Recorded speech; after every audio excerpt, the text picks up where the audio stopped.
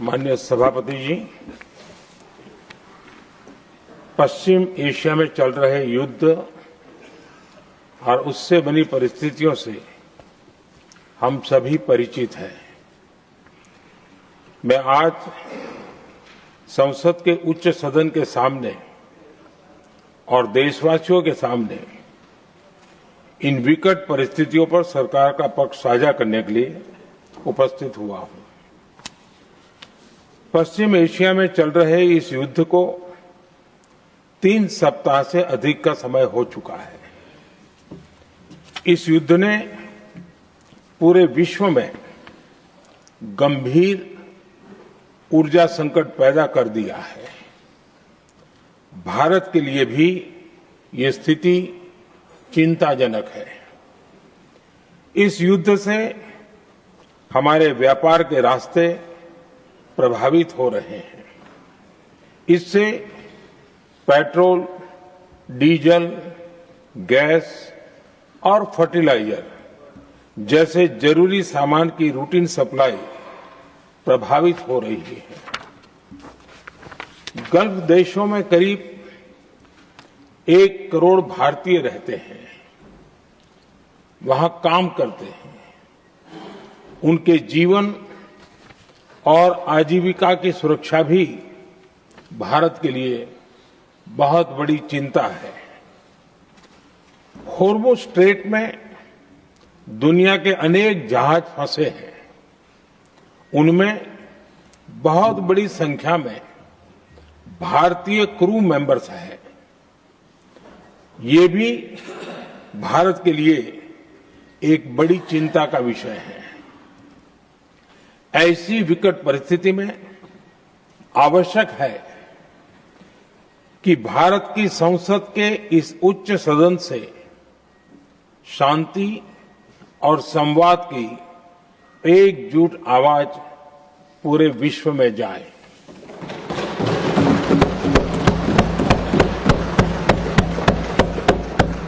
सभापति जी, युद्ध की शुरुआत के बाद से मैंने पश्चिम एशिया के ज्यादातर देशों के राष्ट्राध्यक्षों के साथ 2 राउंड फोन पर बात की है।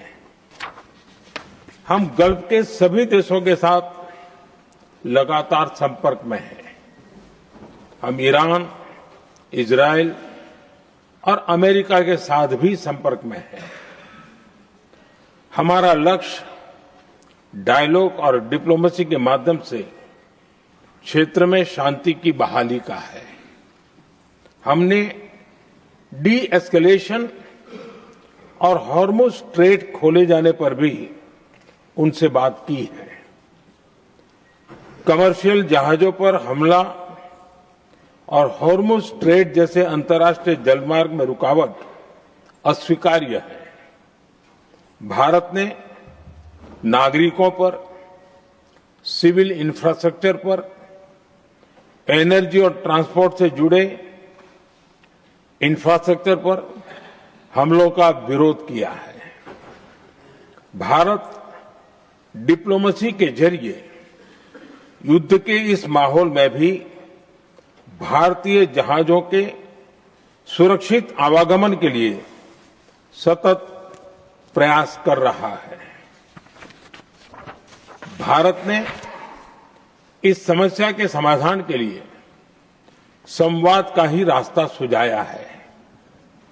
इस युद्ध में किसी के भी जीवन पर संकट मानवता के हित में नहीं है।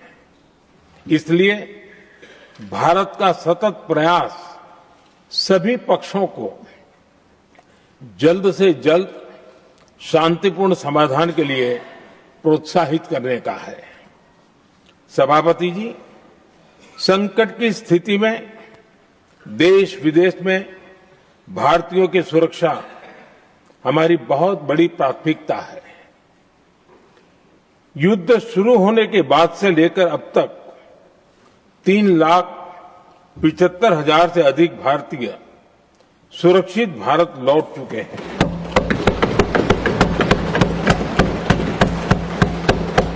ईरान से ही अभी तक 1000 से अधिक भारतीय सुरक्षित वापस लौटे हैं। इनमें 700 से अधिक मेडिकल की पढ़ाई करने वाले युवा हैं। हमारी सरकार संकट के इस समय में पूरी संवेदनशीलता से काम कर रही है। सभी देशों ने वहां मौजूद भारतीयों की सुरक्षा का पूरा आश्वासन दिया है। हालांकि ये बहुत दुखद है कि हमलों के कारण कुछ भारतीयों की मृत्यु हुई है और कुछ घायल भी हुए हैं। ऐसे मुश्किल हालात में परिवारजनों को आवश्यक मदद दी जा रही है। जो घायल है उनका बेहतर इलाज सुनिश्चित कराया जा रहा है। सभापति जी, होर्मुज स्ट्रेट विश्व व्यापार के सबसे बड़े रूट्स में से एक है। विशेष तौर पर कच्चे तेल, गैस और फर्टिलाइजर से जुड़ा परिवहन इस क्षेत्र से बहुत बड़ी मात्रा में होता है।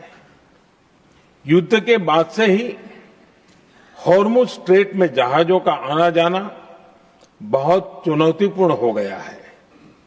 लेकिन विपरीत परिस्थितियों के बावजूद हमारी सरकार ने संवाद से, कूटनीति के माध्यम से रास्ते बनाने का प्रयास किया है। प्रयास ये है कि जहां से भी संभव हो वहां से तेल और गैस की सप्लाई भारत पहुंचे। ऐसी हर कोशिश के नतीजे भी देश देख रहा है। बीते कुछ दिनों में दुनिया के अनेक देशों से कच्चा तेल और एलपीजी से भरे जहाज भारत आए हैं।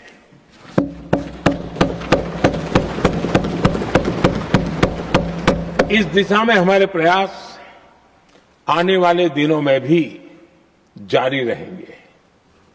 सभापति जी, भारत का प्रयास है कि तेल हो, गैस हो, फर्टिलाइजर हो, ऐसे हर जरूरी सामान से जुड़े जहाज भारत तक सुरक्षित पहुंचे। लेकिन इस युद्ध से बनी वैश्विक परिस्थितियां अगर लंबे समय तक बनी रहती है तो गंभीर दुष्परिणाम तय है। इसलिए भारत ने अपनी रेजिलियंस बढ़ाने के लिए जो भी प्रयास बीते वर्षों में किए हैं उनको और गति दे रहा है। सभापति जी, कोई भी संकट हो वो हमारे हौसलों और हमारे प्रयास दोनों की परीक्षा लेता है। देश ऐसे संकटों का बेहतर तरीके से सामना कर सके, इसके लिए बीते 11 वर्षों में निरंतर निर्णय लिए गए हैं। एनर्जी इंपोर्ट का डाइवर्सिफिकेशन ऐसे ही प्रयासों का हिस्सा है। पहले क्रूड ऑयल, एलएनजी, एलपीजी ऐसी एनर्जी जरूरतों के लिए 27 देशों से इंपोर्ट किया जाता था। वहीं आज भारत 41 देशों से एनर्जी इंपोर्ट करता है। बीते दशक में भारत ने संकट के ऐसे ही समय के लिए कच्चे तेल के भंडारण को भी प्राथमिकता दी है। हमारी तेल कंपनियां संकट के समय के लिए काफी मात्रा में पेट्रोल और डीजल का भंडार रखती हैं। बीते 11 वर्षों में 53 लाख मीट्रिक टन से अधिक का स्ट्रेटेजिक पेट्रोलियम रिजर्व भी डेवलप किया गया है और 65 लाख मैट्रिक टन से अधिक के रिजर्व की व्यवस्था पर देश काम कर रहा है। साथ ही बीते दशक में भारत की रिफाइनिंग कैपेसिटी भी अच्छी खासी बढ़ाई गई है।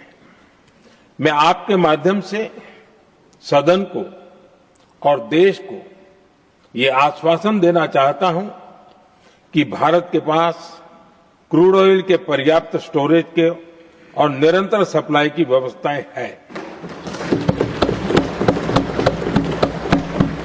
सभापति जी, हमारी सरकार की कोशिश है कि ईंधन के किसी एक ही स्रोत पर ज्यादा निर्भरता न रहे। सरकार घरेलू गैस सप्लाई में एलपीजी के अलावा पीएनजी पर भी बल दे रही है। बीते दशक में देश में पीएनजी कनेक्शन पर अभूतपूर्व काम हुआ है। बीते दिनों में इस काम को और तेज किया गया है।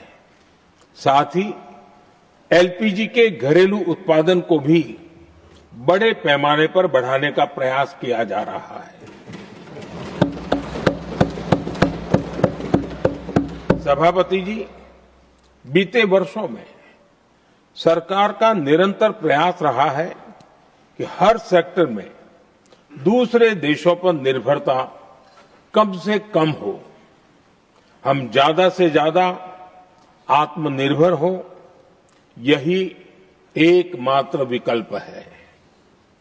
जैसे भारत का 90% से अधिक ट्रेड विदेशी जहाजों पर होता है, ये स्थिति किसी भी वैश्विक संकट में भारत की स्थिति को और भी गंभीर बना देती है। इसलिए सरकार ने मेड इन इंडिया जहाज बनाने के लिए करीब 70,000 करोड़ रुपए का अभियान शुरू किया। भारत आज ship building, ship breaking, maintenance and overhauling ऐसी हर सुविधा के निर्माण पर तेज गति से काम कर रहा है। भारत अपने डिफेंस सेक्टर को भी अधिक रेजिलिएंट बना रहा है। बीते दशक में किए गए प्रयासों से भारत आज अपनी जरूरत के अधिकांश हथियार भारत में ही बना रहा है। एक समय था जब भारत अपने जीवन रक्षक दवाओं के कच्चे माल यानी एपीआई के लिए भी दूसरे देशों पर बहुत अधिक निर्भर था। बीते वर्षों में देश ने भारत में ही एपीआई इकोसिस्टम बनाने के लिए अनेक प्रयास किए हैं। इसी प्रकार रेयर अर्थ मिनरल्स में विदेशी निर्भरता को कम करने के लिए भी बड़े कदम उठाए जा रहे हैं।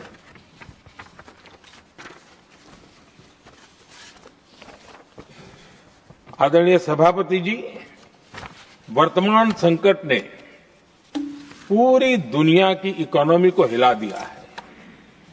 अभी तक पश्चिम एशिया में जो नुकसान हुआ है उससे रिकवर होने में भी दुनिया को बहुत समय लगेगा। भारत पर इसका कम से कम दुष्प्रभाव हो, इसके लिए निरंतर प्रयास किए जा रहे हैं। हमारी इकोनॉमी के फंडामेंटल्स मजबूत हैं और सरकार पल पल बदलते हालात पर नजर रखे हुए है। सरकार इसके शॉर्ट टर्म, मीडियम टर्म और लॉन्ग टर्म ऐसे हर प्रभाव के लिए एक रणनीति के साथ काम कर रही है। भारत सरकार ने एक इंटर मिनिस्ट्रियल ग्रुप भी बनाया है। ये ग्रुप नियमित मिलता है और हमारे इंपोर्ट एक्सपोर्ट में आने वाली हर दिक्कत का आकलन करता है और ये ग्रुप आवश्यक समाधान पर भी निरंतर काम करता रहा है।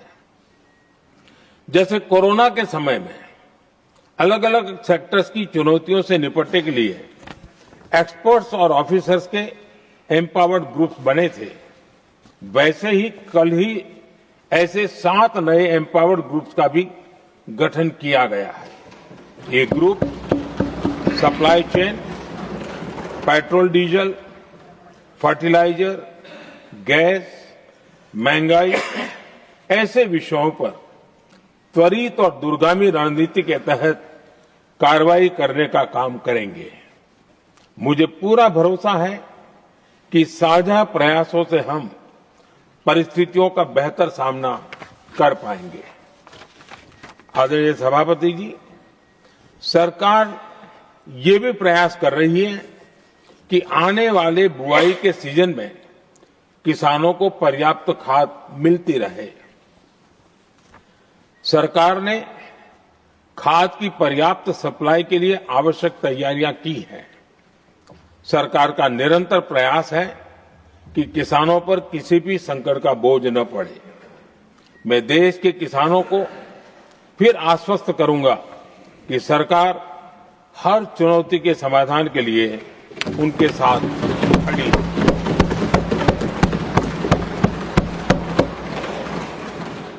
आदरणीय सभापति जी, ये राज्यों का सदन है।